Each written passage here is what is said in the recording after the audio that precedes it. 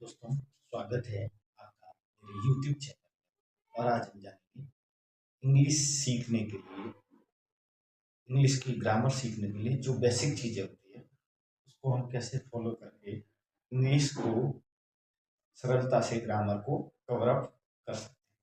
तो हम कुछ चीज़ें इसके बारे में सीखेंगे, जैसे दिस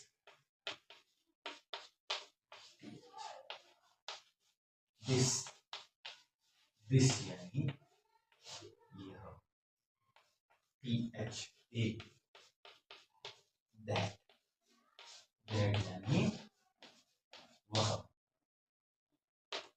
IS, इज यानी जैसे कि आप जानते हैं दिस का प्रयोग इज के लिए होता है और दैट का प्रयोग भी इज के लिए होता है और किस वस्तु के लिए होता है, जैसे कि एक वचन। जैसे कि यहाँ पर वाक्य बन गया दिस इज अ पेन। यह एक कलम है। यह एक कलम है। अब इस वाक्य को चेंज करना हो, दिस में क्या हटाना पड़ता है, दिस की जगह लगा दिया दैट। वह एक कलम है। इसकी जगह वाक्य चेंज करना हो, इधर से वाक्य चेंज कर सकते हैं, बुक। और क्या हो सकता है, बुक यानी किताब। वह एक किताब है। वह एक किताब है। दिस और दैट का प्रयोग करने के बाद हम चीजों को सरलता से समझने में सहायक होते। ये एक वचन के लिए प्रयोग होता है, दिस और दैट। अब मान लो पहले वाक्यों की अंग्रेजी बनाना सीखेंगे, जैसे कि कुछ और वाक्य, जैसे कि अब आ गया बहुवचन वाला वाक्य, दीज। दीज यानी ये। दीज यानी ये। दीज यानी ये, THESE, दीज। दीज यानी ये, THOSE, दोज। दोज यानी वे। दोज यानी वे। और आर। आर यानी है। लेकिन ये किस लिए प्रयोग होता है, बहुवचन के वाक्यों के लिए। बहुवचन के वाक्यों के लिए दीज और दोज का प्रयोग होता है। इसके वाक्य बना सकते हैं जो कि सरलता से अपने को समझने में सहायक। जैसे कि मैंने वाक्य बना दिया, दीज आर बॉयज। अब इसका अर्थ बनेगा ये लड़के हैं। ये लड़के हैं। अब दोज आ गया, तब क्या वाक्य चेंज हो जाएगा, दोज का अर्थ हो जाएगा वे। बेसिकली इज और आर का प्रयोग है के लिए होता है। आर का प्रयोग जबकि इज दोज के लिए होता है और इज का प्रयोग दिस दैट के लिए होता है। ये बेसिक चीजें धीरे धीरे हम वाक्यों में ऐसे ऐसे करके धीरे धीरे वाक्यों को सरलता से थोड़ा बड़ा बना सकते हैं। और फिर उसके बाद प्रत्येक दिन 5-5 स्पेलिंग है जो कि नॉर्मल चीज उपयोग में आती है, जो कि अपने रोजमर्रा की जीवन में उपयोगी वस्तुएं हैं। जैसे यह कोई पास की वस्तु हो, उसके लिए यह चौक है। यह बेड है यानी बिस्तर है। ऐसी चीजें जो सरलता से पास में हो उसके लिए दिस का प्रयोग होता है और उसके लिए दीज का प्रयोग होता है। लेकिन ये किसके लिए होता है, ये बहुवचन के लिए, और ये एक वचन के लिए। जब वस्तु एक हो तब दिस का प्रयोग, एक से ज्यादा हो तब दीज का प्रयोग। यहां पर एक वचन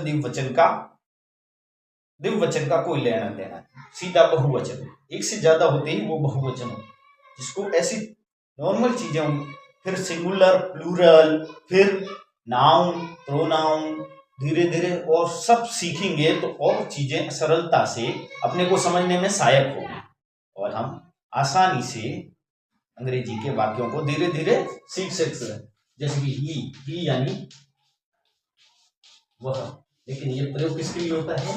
लड़कों के लिए। और सी होता है लड़कियों के लिए।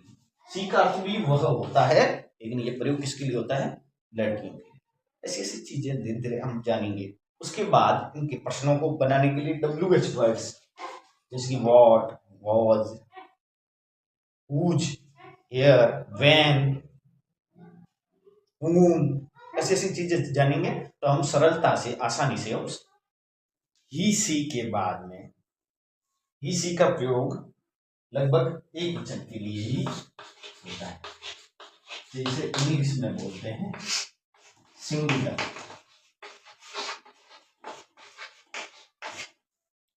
ऐसी छोटी मोटी चीजें जानकारी में होनी आवश्यक है। और ही सी के साथ में इज का ही प्रयोग हो, यानी इज, हैज, ऐसी चीजों का प्रयोग होता है जो कि एक वचन की चीजें। अब जानते हैं इसके अलावा और कौन कौन से शब्द हैं। इसके अलावा है आई यानी मैं,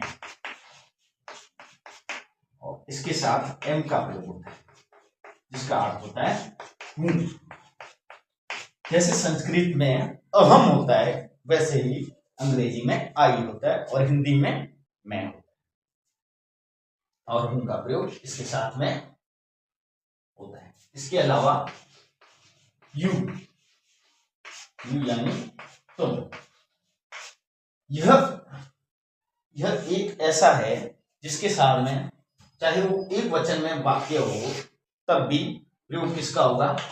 आर का। यू के साथ में आर का ही प्रयोग होता है। फिर चाहे वो एक वचन में हो या इसका अर्थ होता है यू यानी तो। हम जैसे कि वाक्य बना दिया, यू आर रोहित, तुम रोहित हो। तो कोई बेसिकली जैसे कि जवाब देना होता है, या तो यस में देगा, अगर वो Rohit, yes I am Rohit, I am Rohit, I am Rohit, I am Rohit, मैं रोहित। और अगर वो नहीं हुआ तो no I M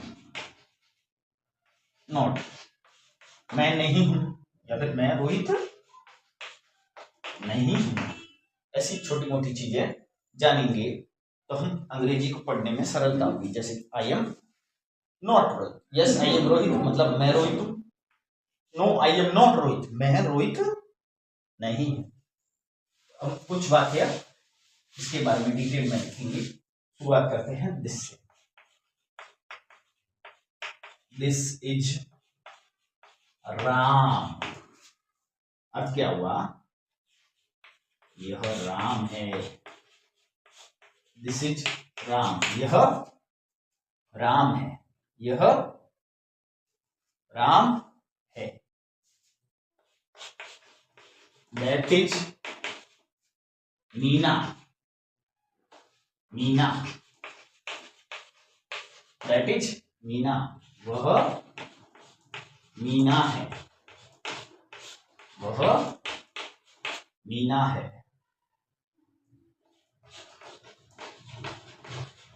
These are cups, अर्थ हो गया ये कप है। दोज आर बैग्स, अर्थ हो गया वे थैले हैं, वे थैले हैं। दिस, दैट, दीज, दोज, ये लगभग बहुत से वाक्य इस रूप में आते हैं। इन चीजों को सरलता से समझेंगे तो आसानी होगी। उसके अलावा इज आर का तो समझ लिया अपन ने, अब समझेंगे हैज और हैव। इसका अर्थ भी के पास होता है, दोनों का अर्थ के पास होता है, लेकिन ये होता है सिंगुलर वाले के लिए, जिसे कहते हैं एक वस्तु हो, एक वचन में हो उसके लिए, और ये होता है बहुवचन के लिए। ये होता है बहुवचन के लिए, यह होता है एक वचन के लिए, ये होता है बहुवचन के लिए।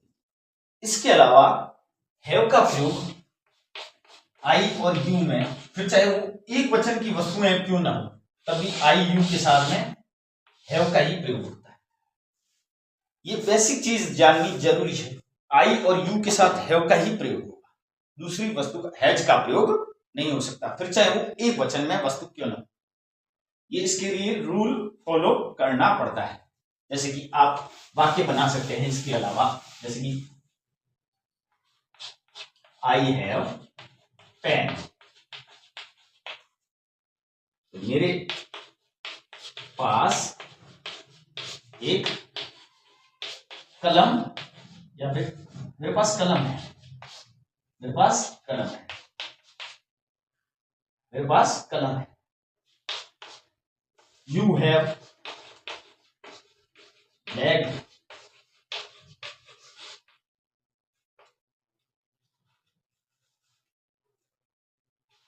तुम्हारे पास थैला है। अब यू का प्रयोग कई बार बहुवचन के लिए भी हो जाता है। यू हैव बैग्स, तुम्हारे पास थैले हैं, तुम्हारे पास थैले हैं, तुम्हारे पास थैले हैं। इन चीजों को सरलता से समझेंगे, आसानी। आई और यू के साथ हैव का ही प्रयोग होता है, फिर चाहे वो एक वचन की वस्तु हो, लेकिन हैज का प्रयोग एक वचन के लिए होता है, लेकिन आई और यू के साथ में हैज का प्रयोग नहीं हो सकता। उसका प्रयोग हो सकता है ही हैज बैग, उसके, यहां पर इसका अर्थ वह की जगह उसके आ गया, क्योंकि वह के पास थैला है, यह कोई वाक्य नहीं बन सकता। वह के पास थैला है, उसके लिए वाक्य बनेगा उसके पास थैला है, उसके पास थैला है, उसके पास थैला है। और सी, ही सी का बेसिक नॉलेज, ये प्रयोग तब होता है जब व्यक्ति का नाम बार बार यूज हो रहा हो, जैसे कि that is Ram, Ram is good boy, Ram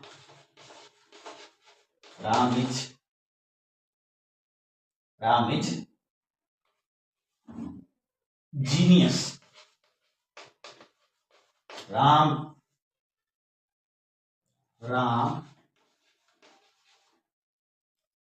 is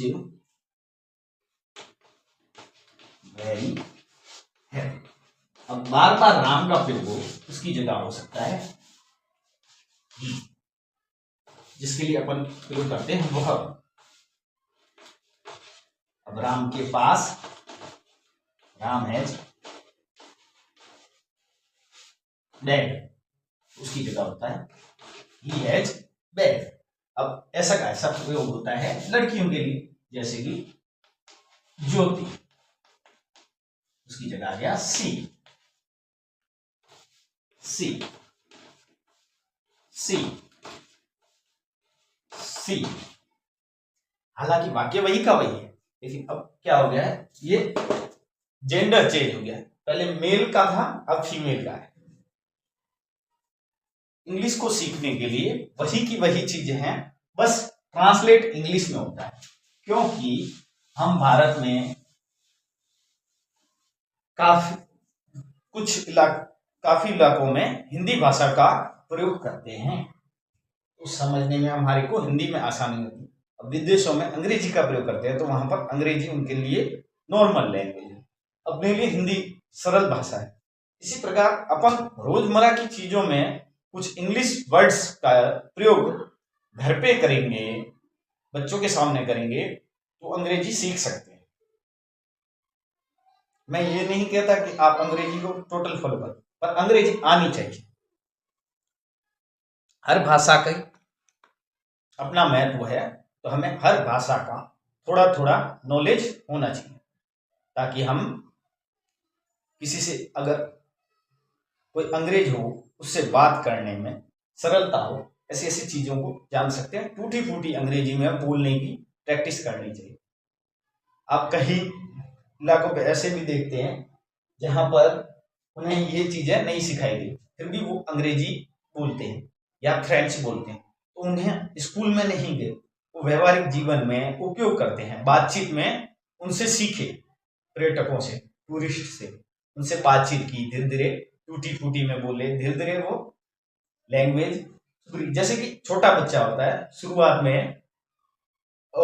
ऐसे करके धीरे धीरे माँ तक, माँ का नाम पहले बोलता है, कई बार माँ की जगह बुआ का भी बोलता है, भी बोलता है, धीरे धीरे टूटी फूटी हिंदी बोलना स्टार्ट करता है, या टूटे फूटे शब्द जो कि घर की लोकल लैंग्वेज है, जिसे मातृ बोली कहते हैं, मातृभाषा कहते हैं, उसमें बोलना स्टार्ट कर देता है। फिर चाहे वो राजस्थानी हो, गुजराती हो, तो उसमें वाक्य बनाना उसे सरल लगता है। इसी प्रकार अंग्रेजी में वाक्य बनाने उनको सरल लगते हैं, क्योंकि वहां का लोकल लैंग्वेज है। तो अपने ऐसी ऐसी चीजों को जानेंगे, थोड़ा थोड़ा प्रयोग करेंगे, थोड़ा थोड़ा उपयोग में लेंगे, तो हमारे को पढ़ने में सरलता हो। मिलते हैं नेक्स्ट वीडियो में। धन्यवाद। अगर आपको मेरा चैनल पसंद आया हो तो please like and subscribe my YouTube channel. मिलते हैं नेक्स्ट वीडियो में। जय हिंद, जय भारत।